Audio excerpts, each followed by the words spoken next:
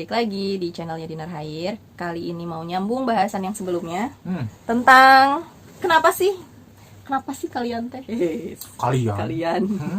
Kenapa ada suami atau ada istri yang berselingkuh? Tapi ini bahas versi kita aja ya. Maksudnya perspektif kita aja. Belum tentu valid juga, cuma kita berusaha melihat fenomena sekitarnya kita dan yang kita rasain sendiri. Silakan Pak. Tadi kan di video sebelumnya pertanyaannya kenapa suami berselingkuh? Masa sih? Iya, aku nanyanya gitu. Kan ngomong cemburu tuh mah. Iya, cemburu, terus nanya kenapa sih suami bisa selingkuh gitu, biar para istri itu berjaga-jaga di rumahnya gitu, menjaga rumah tangganya. Oke, ya.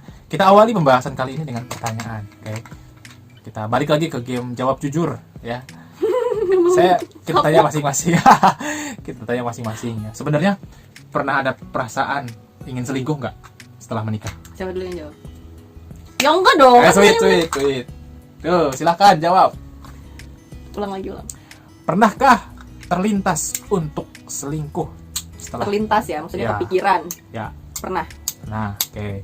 Jawaban saya pun pernah. Ya. Artinya apa? Ya, di antara kita berdua, ya, masing-masing. Ya, baru nyadar. Pernah. Terlintas kan, Iya, kepikiran. Ya Aku pernah. juga pernah sih terus. Ya udah, terus kenapa?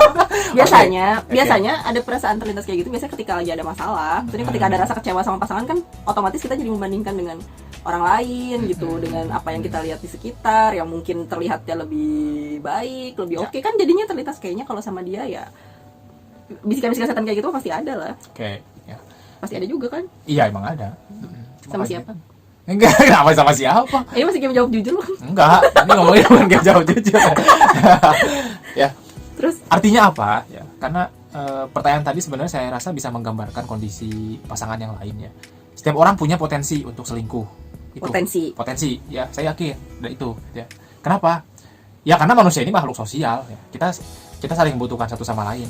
Kita bukan makhluk yang bisa hidup sendiri, sehingga kita membutuhkan keberadaan orang lain. Meskipun ya di sebelah kita ini sudah ada pasangan. Ya, makanya setiap orang dan sebenarnya terlebih manusia kan nggak ada rasa puasnya ya. ya nggak ada rasa Ada puas. aja yang kurang. Nah ini yang menjadi potensi tadi yang saya bilang di awal. Jadi menurut saya setiap orang punya potensi. Nah sekarang potensi ini kan bisa ditekan, bisa disiram setiap hari biar tambah besar. Ya, nah tinggal milih yang mana, mau ditekan atau mau disiram biar tambah besar. Penyebabnya apa? Ya. Kenapa Stimulasi. sih? Ini untuk laki-laki ya? Iya, Oh, stimulasi. laki-laki. Ya, oke. Nanti versi perempuannya Menarik. juga ada. Semangat saya. Terus Sweet. nggak mau duluan. Tadi udah ngomong duluan. Oke ya. Lanjut. Versi laki-laki ya. Kenapa sih potensi itu bisa membesar? Yang pertama, kita jenuh sama pasangan. Ya.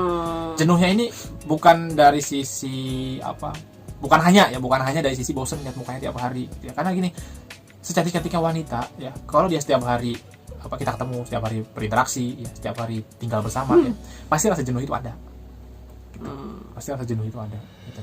Nah, balik lagi, gitu ya. Rasa jenuhnya tadi mau dipupuk atau mau dibasmi, gitu. Ya kan cara membasmi rasa jenuh kan dengan bersyukur. Gitu. Bersyukur bahwa masih ada yang mau sama kita, bukan ya kan? Bersyukur bahwa keluarga kita masih baik-baik saja. Bersyukur bahwa pasangan kita ternyata dengan segala kekurangannya, ya, dia juga masih mau menerima kekurangan kita. Gitu. Nah, kenapa bisa jenuh tadi ya? Karena sering ketemu, sering interaksi, dan sekarang cara bagaimana sih ya, biar si rasa jenuh itu ya bisa perlahan-lahan memudar, terus hilang deh rasa jenuhnya tadi ya. Untuk pernikahan kita yang baru 8 tahun baru sebentar banget 8 tahun ya. Tapi tetap gitu, saya pernah merasakan hal itu gitu, jenuh dengan rutinitas pernikahan gitu ya. Nah, caranya adalah ya, kita berdua tuh kadang suka mengambil break time masing-masing, bener kan? Itu break time masing-masing. Caranya ya entah misalnya masing-masing, misalnya ya kita istri saya misalnya ke Bandung dulu, saya ikut ke Bandung, terus balik ke Jakarta saya sendiri, gitu misalnya. Ya satu hari aja gitu, Setelah itu ketemu lagi, gitu ya. Nah itu juga bisa ya, merefresh lagi. Atau yang kedua ya anak-anak aja yang ke Bandung, gitu ya. Kita berdua. Ini yang paling sering. Ini yang paling sering. Ya. Buat apa ya? Buat Refresh sebenarnya sih. Nimbulin lagi letupan-letupan Ya, cinta yang letupan sebelumnya sempat hilang karena rutinitas tadi gitu kan, sempat hilang, kita tumbuhin lagi dengan cara ya tadi anak-anak diungsiin dulu ke rumah neneknya bentar doang, semalam aja misal gitu. Ya kita berdua dulu honeymoon gitu, ala-ala honeymoon padahal di rumah doang.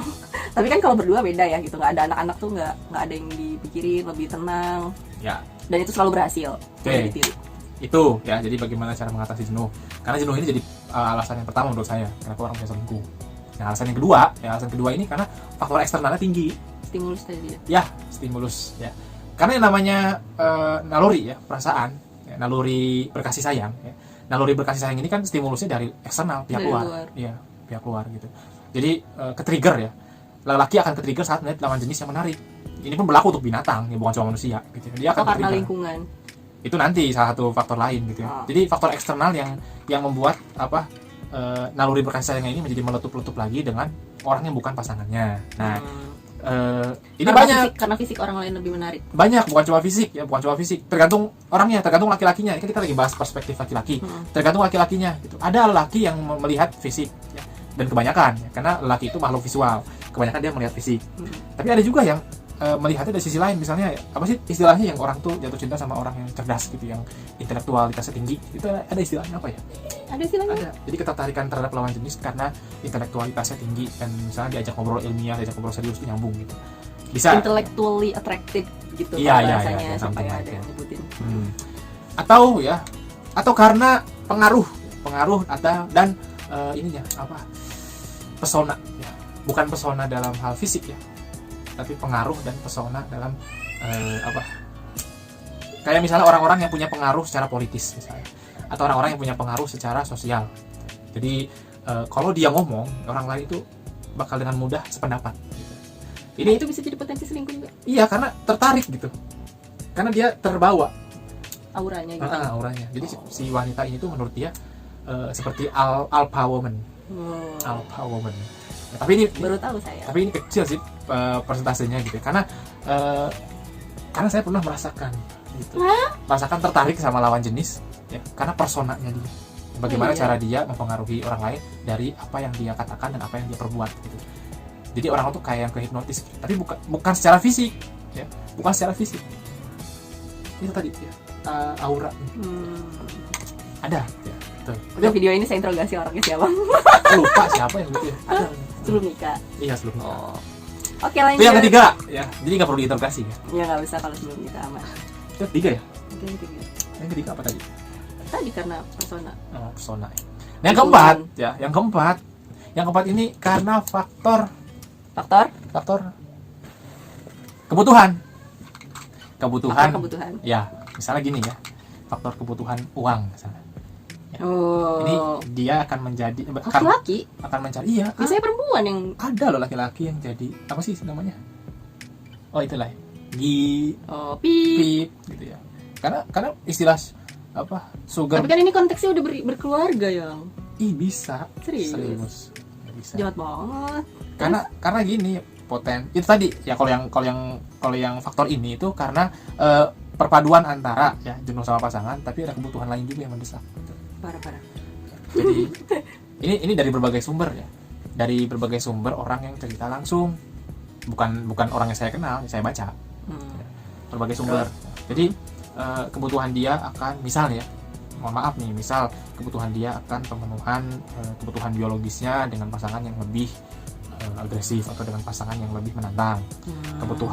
Kebutuhan untuk mendapatkan penghasilan yang lebih tinggi ya. Gitu. Atau kebutuhan lainnya yang dengan orang lain dia bisa dapatkan itu. Itu bisa jadi potensi. Dan waktu saya baca pertama kali juga kaget gitu.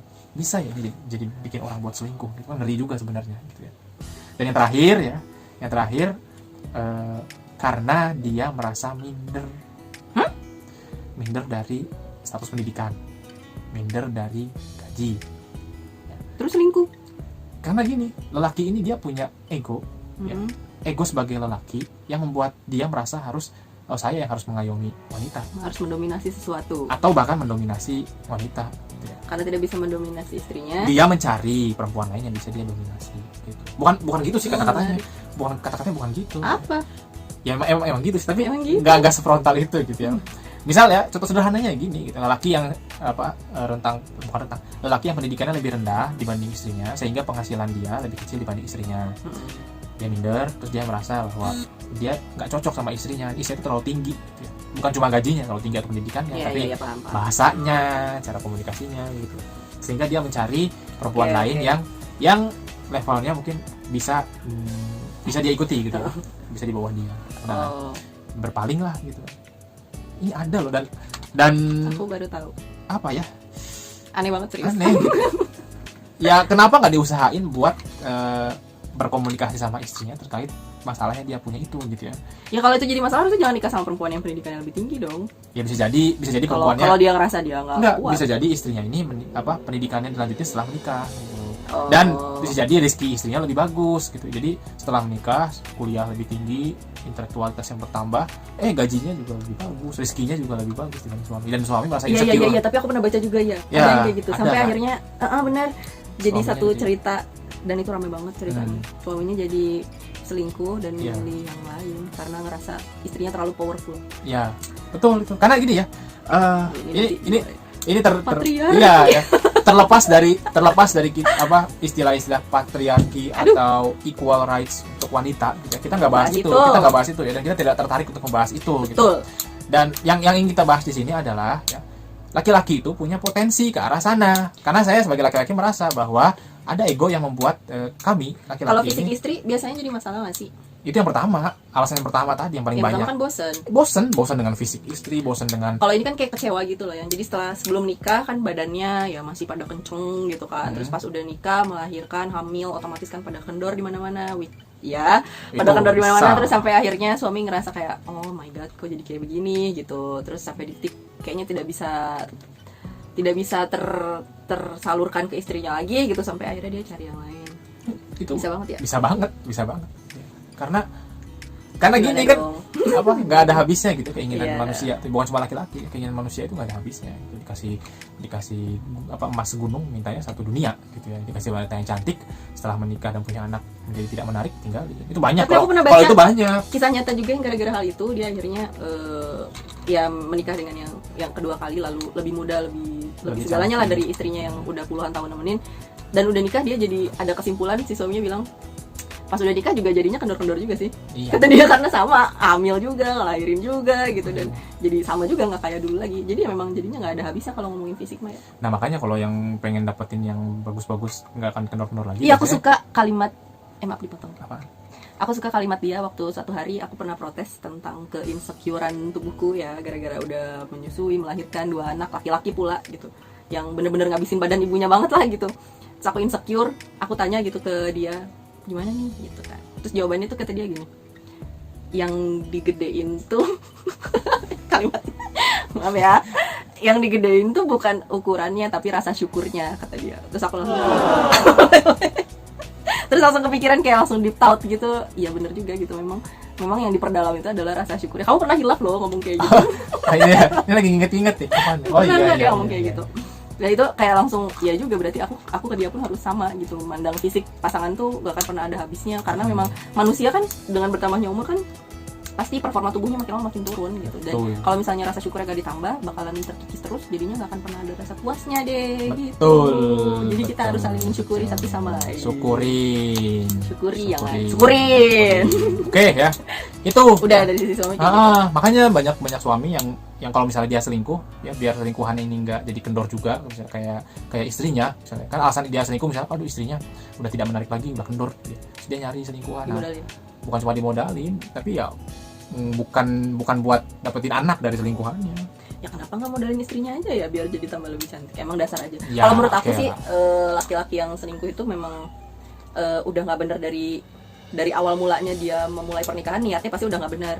Soalnya ya kalau misalnya ngomongin nyalahin istrinya, kalau misalnya nyalahin istrinya, ada loh ternyata kasus perselingkuhan suami yang istrinya tuh menurut kita udah body goal banget, udah cantik banget, udah glowing banget, udah keibuan banget, bisa ngasilin anak juga, badannya bisa dia jaga dengan baik, tapi suaminya masih selingkuh juga. Kan ya maksudnya berarti nggak ada indikator pasti kenapa ini orang bisa berselingkuh, kecuali kalau memang niat dari awalnya dia ketika menikah sudah tidak benar gitu. Kalau kataku ya. Oke, banyak faktor, tapi yang kita bahas. Mau tahu nggak dari sisi istri? Iya, dari sisi perempuan. Nggak usah deh, skip aja. Dari sisi perempuan, ini yang the biggest. Dari sisi perempuan, kayaknya enak kalau dibahas di video terpisah ini. Bisa aja. Ini udah berapa menit sih? 19. Ya ampun, udah 20 menit. Ya, Oke, kita bahas di video terpisah. Kenapa? Iya, nggak apa-apa. Nggak, ini nggak apa-apa, lanjut aja. Apaan? Oke, jadi Itu yang dari sisi laki-laki. Nah, untuk saya juga pengen tahu sebenarnya kenapa sih istri juga bisa selingkuh, bukan cuma Kenapa laki-laki. perempuan selingkuh dari suaminya? Nah, ini akan kita bahas di video selanjutnya. Oke, terima kasih sudah menonton. Mudah-mudahan bermanfaat. Dadah.